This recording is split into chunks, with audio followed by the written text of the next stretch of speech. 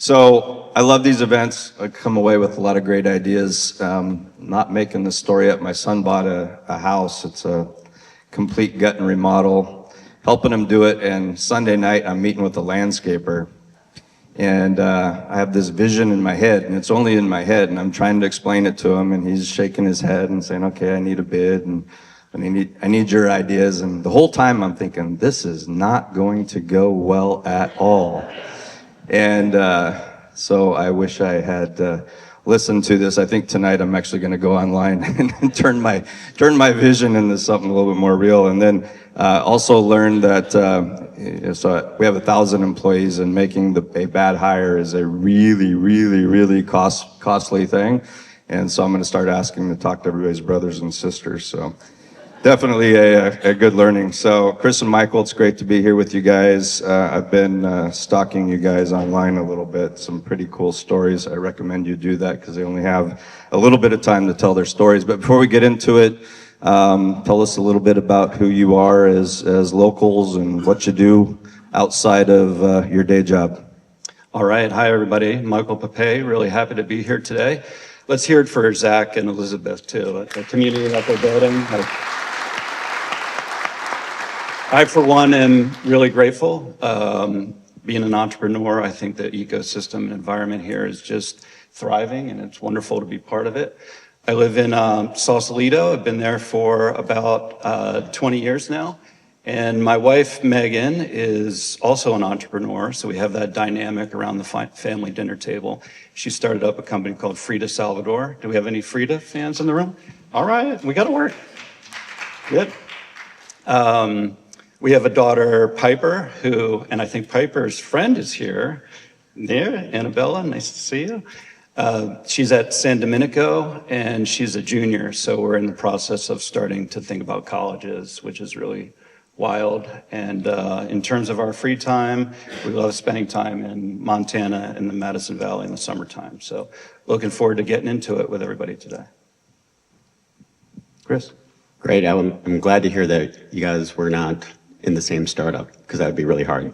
So hats off to you earlier. Anyways, my name's Chris Golec. I've been in Marin for 25 years. I'm like 30 years into entrepreneurship on my third business, and been through a lot. So we'll talk about some of those those experiences. Lots of lows, lots of highs, and love Marin. Live in Kentfield. 2 kids. One just graduated college. So it's really hard when you take your first kid to college and drop them off. It's harder when they graduate and then they leave for their job and they're not coming back necessarily. So it's kind of shocking. So so I started this most recent company kind of during the pandemic because my kids were off at college. I'm like, I need something new to go focus on. So it's always a journey, and excited to be here. And thank you guys for, the community here is just amazing. This did not exist in 2000. I felt like I was the only tech guy in Marin for a long time. And so it's really nice to see this all come together. Yeah, I think that's one of the benefits of MSIV, all these people in their kitchen and garages working on different stuff, not knowing that there's a lot of peers in the community. So Chris, you previously founded 2 successful startups, Supply Base and Demand Base. Tell us what those companies did and why you believe they were ultimately successful. Success because of the names both had base in them. I know it doesn't sound very creative. No, Supply Base, I started with 2 guys from GE back in 1996 when literally people were just on dial-up with AOL, and we built this supply chain software company. I know it doesn't sound very sexy, and it wasn't. But it was kind of that first B2B software business, and nobody knew what B2B was. People thought it was bed and breakfast. And so, but we hit that bubble right when supply chain became interesting, and we sold, actually my claim to fame, we sold the business to a big public company the day the market peaked, March 13th in 2000. And stayed on board with that company that bought us. And so that was supply chain software. And then I started Demand Base a few years later. and that was really focused on marketing. And my original vision is actually the company that we'll talk about in a minute that I started just a couple of years ago around, like, how do we build supply chain for marketers so they can manage vendors and investment decisions and all these different things. But demand base, I started that and ran that for 15 years, still on the board. It's a big company now. It's about $250 million, kind of ready to go public, like hundreds of other companies. So, it's ready, but like so are hundreds of other companies. So we'll see what the future holds there. And so I love the whole process and journey, and a lot of the points that you heard earlier, it's all about the people, community, getting through the barriers and things like that. So you sold at the peak. Not too many people can say that. Was that good strategy, or was that a lot of luck? Well, 100%, because we would have failed miserably. Because if you remember, after March 2000, so many companies just went out of business. And I remember sitting around the table with all the venture capitalists. Zach wasn't there. And they said, "Chris, you guys are leaving billions of dollars on the table." I'm like, with a B. Yeah, but we weren't. Like, if we had we not sold, we would have gone out of business probably 4 months later. Well, congrats on that. Yeah. Well, so totally lucky, right? Right time and not being too greedy. With the B, you got to remember. Somebody's telling you the B word, and you got to think about that one. So, Michael, same question. You founded Fort Hill and Sausalito-based Waggle. Talk to us about those efforts and how you ultimately achieved a successful exit from Waggle. Yeah, like Allison earlier, I was fortunate at a young age to really know that I wanted to do entrepreneurship. So growing up with a family of entrepreneurs around the dinner table, I think that's where that culminated. I went off to college, Babson College, and studied entrepreneurship. My first job out of college was working for a big healthcare company in Kennett Square, Pennsylvania. And I wasn't that happy there. Wanted to, this is like 1999, wanted to get involved in the .com and thinking about moving west. And my telephone rang, and it was my best friend's father. So, the advice here is sometimes when the phone rings, you got to pick it up, answer it, and see what's on the other end of it. And, he was talking about leadership development and management training, and these are things that I didn't know much about, but he said, a lot of money is spent on behavior change inside these organizations with very little throughput. So I helped him build a business plan. I was about 22 years old, started a business plan, raised some money. We built that company up. We were fortunate to probably had about 1 million employees go through our process to drive change after management and leadership training programs. That went off to spawn a couple other companies, one of which was Waggle. So that was a company I spearheaded that spawned and incubated inside of Fort Hill. We raised venture and grew Waggle right here in Sausalito. It was a tremendous experience. We really tried to disrupt and change the way organizations listen to their people. We had a real mission-based organization of really feeling like employees deserve to be heard, and not just heard, but acted on. There's so much knowledge in the employee base, but it's oftentimes trapped. So we built crowdsourcing and transparency, scaled that company, and ultimately that was acquired a little over 3 years ago by Technology Crossover Ventures on behalf of one of their portfolio companies. So I'd say the through line in my career, apart from just loving entrepreneurship, is behavior change. It's difficult. Think about it in our own lives with New Year's resolutions. That's always kind of where the rubber meets the road, and particularly for organizations. So I've spent better part of 25 years helping leaders, managers, and organizations drive change, which has really set the table for this next venture, which we'll talk a little bit about. So I told you this morning that I listened to your recent podcast, which is very interesting. Kind of expands on a lot of things you're going to be talking about today, but you grew up with your parents around a dinner table talking about entrepreneurship, and now today you and your wife are both sitting at the dinner table. What do those conversations look like?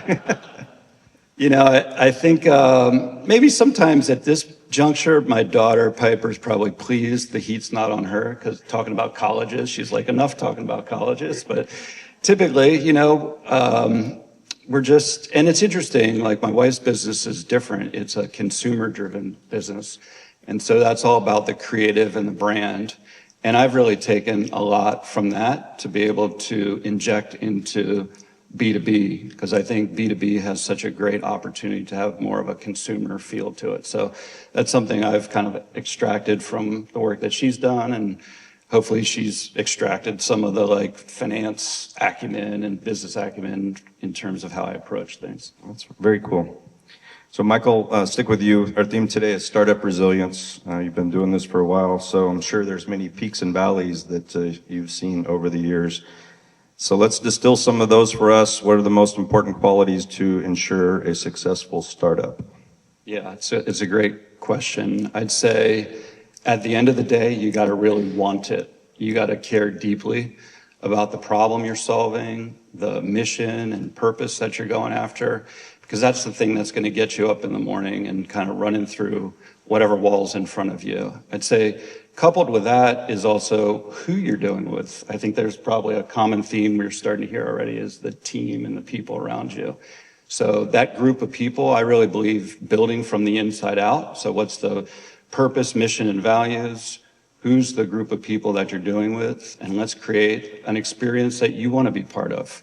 You're going to be spending most of your waking hours in this organization. Let's make it great. And then from that ripples into a great customer experience and ultimately into great shareholder return. So I believe in that kind of inside out build.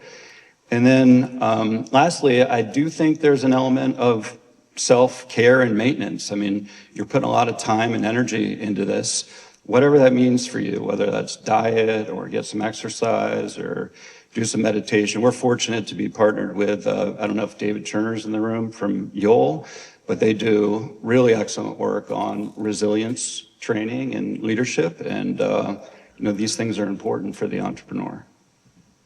Great. Important for all of us. Chris, same question for you. You've been doing this for 30 years, so what are some of the learning lessons around resilience? Yeah, it's, perseverance, the ability to adapt and change. The demand-based, that was the longest journey of 15 years, and it's still going.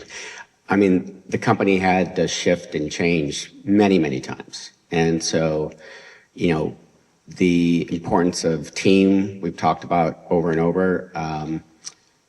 I think, you're not going to always hire perfectly. It's a bigger mistake not to take action on somebody that is not a good fit. The person might be great. It might just be a mismatch.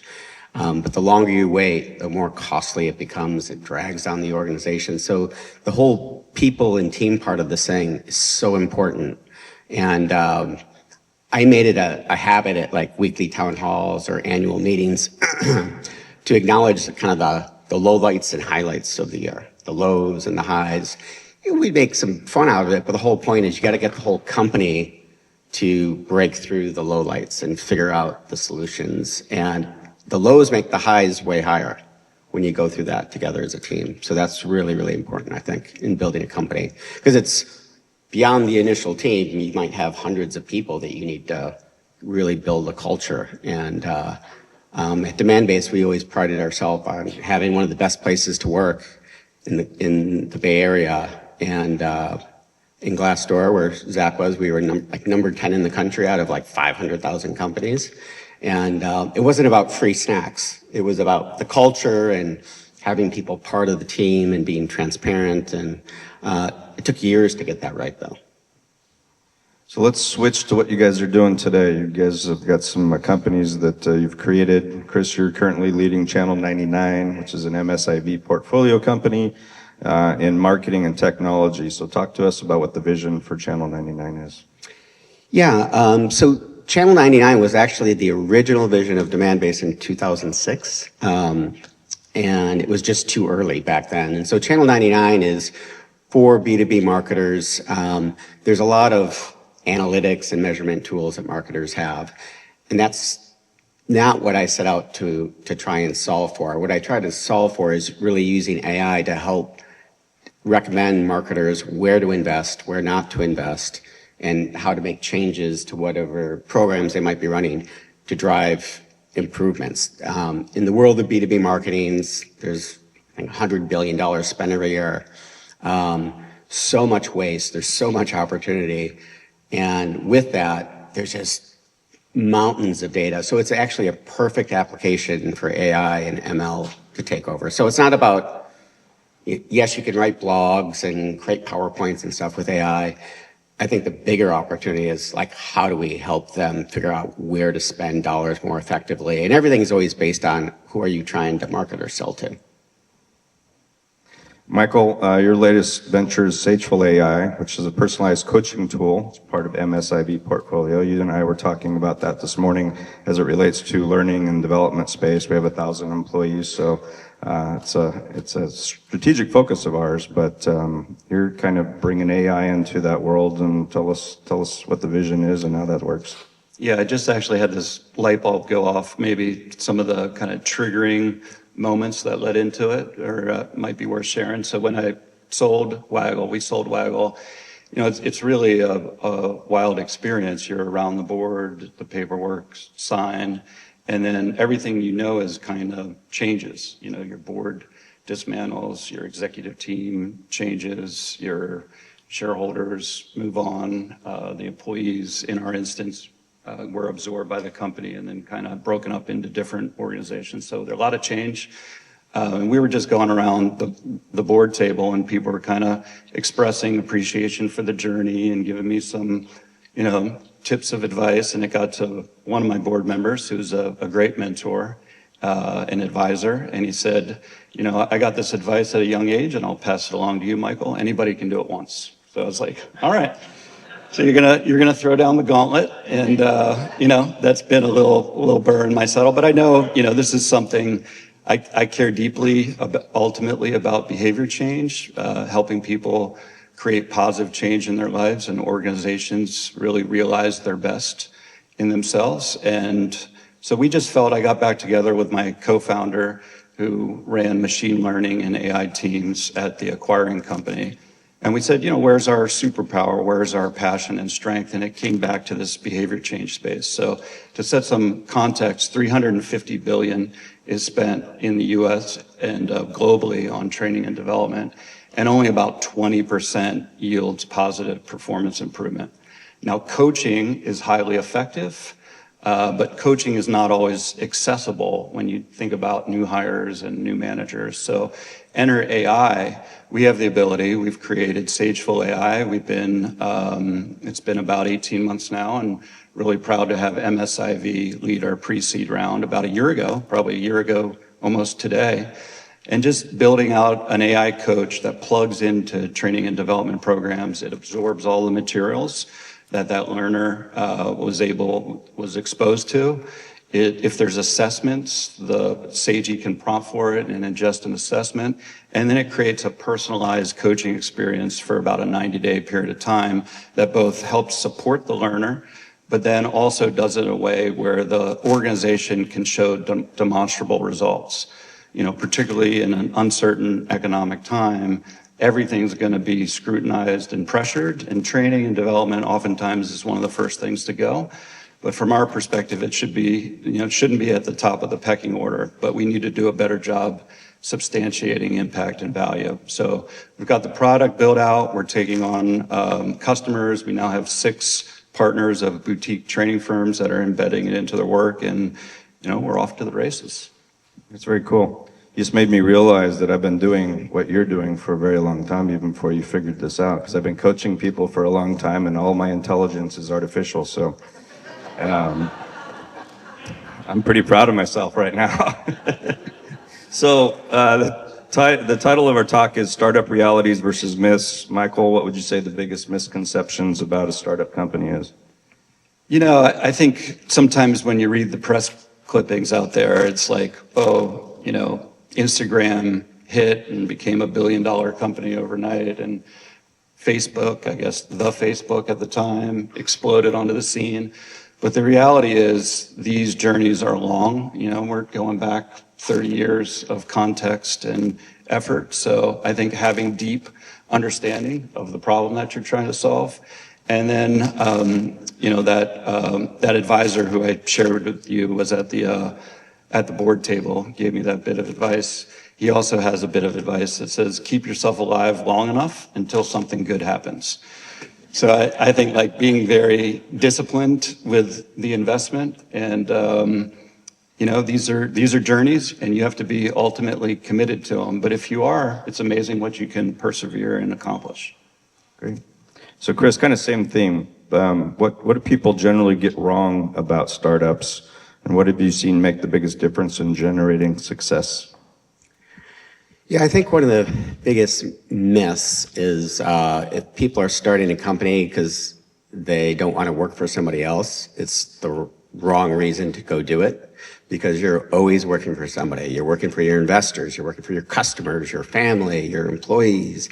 And so I think that's a really important thing to understand, that there's some independence, but it's really hard, and it can be pretty emotional too. Like if you're especially getting friends and family to invest in your company, it's hard getting to those different stages. I'm sorry, what was the second part of the question? The biggest difference in generating successful outcomes. So. Yeah, I mean, I think it's the theme, the resilience and perseverance, and just there are going to be lows. You just got to figure out how to get through them and get your team through them as well. And because it makes the highs better, and it's part of, exactly to Michael's point, every successful company goes through these these down cycles, and the real successful ones are the ones that figure out how to rise above. So, in no particular order, pre-COVID, creating a startup, running a startup, pre-COVID versus post-COVID, any differences? You guys both have been doing it for such a long time, so. I think what's most notable is just we're really adapting and changing the way we work. There was a time pre-COVID where, I probably spent 95% of my time in the office, sun up to sundown. And I think there's just a muscle in the organizations now where flexible remote work is, the norm. And I think it's a great way to work. So, that's probably the most notable from my side. Yeah, that's interesting. I love being in the office.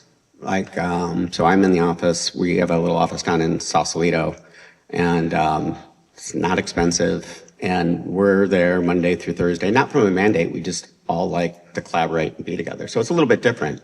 And I think the remote piece of it depends on the role and also the tenure of people, because there's a lot of people that just aren't good working remotely and independently. They need to be in the office to learn. And I do feel that people like right out of college can be missing out on such an important, both professionally and personally, part of their career as far as, meeting friends and learning from others. So I think, post-COVID, and I'd also say just being in Marin is fantastic because there's just so many more people and talent that have kind of moved up to the Bay Area. So it makes it much easier to build a great company here in the Bay Area. Yeah, again, we have 1,000 people hybrid, and we were in the office 100% of the time before COVID, and now it's 2 days as an employee, 3 days as a manager. You have to be in the office, so you can choose to be all 5 days. But this period of time when everybody was sent home, it's how people learn. You have a learning company. You can't learn at home. you can have some classes and stuff, but you're learning the job from others, seeing, watching, and that's been probably one of the biggest challenges we've had. So just to wrap things up, what advice would you give people that are contemplating taking the plunge into entrepreneurship, and then just anything that we didn't talk about today that you'd like the audience to hear? Go ahead.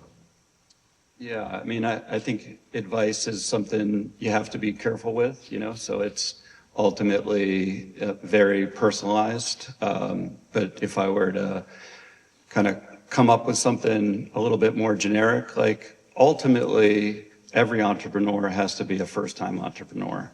And I remember driving around hunting my first venture capital deal, and I'd be asked the question, like, have you done this before? I'm like, no, but it's, it's not going to stop me, and I think there's a certain amount of chutzpah and energy and passion that comes with that first-time entrepreneur. So I'd say, like, don't let the fact that you haven't done it get in the way of you proceeding. Like, if you find something you really deeply care about, really go after it. And then I'd say the second dimension is it's really important to have a great community, and we have this community here. But then, like, how do you localize a community around yourself of advisors and mentors? And that's important. But it's also important to take that advisor group, their advice with a grain of salt, because nobody knows your business better than you. Nobody knows your product, your customer, your team. And oftentimes your advisors, you're going to start to get conflicting points of view. So great to have an advisory group around you, but it's really up to you to kind of take it in and then make it your own. Yeah, no, that's really interesting. And I'd say the environment today for starting a company is never been better. Gosh, when we were doing this back, 20 years ago, there was no such thing as pre-seed. I don't even know what pre-seed is. But now there's venture firms that just do seed investing. And so that's a great opportunity. And the other, on the people part of it, I'd also say raising money, it's really important to get the right investors in, because it's not just about the money. Because it's a lot of smart people in the venture community that have seen tons of businesses. And I always go through the financing with kind of the silver lining of, this is going to be hard, but it's free consulting, because I'm going to get lots of great input from a lot of really smart people that have seen a lot of different businesses. And so you really got to kind of go into it with eyes wide open. Great. Well, we're about out of time. I want to thank you guys for sharing. You guys got a lot of experience. It was fun stalking you online, and there's a lot of great information out there. I think that you'll be able to take some of these conversations and go in a little bit deeper if you stalk them online like I did. Thank you guys. Appreciate it. Thank you.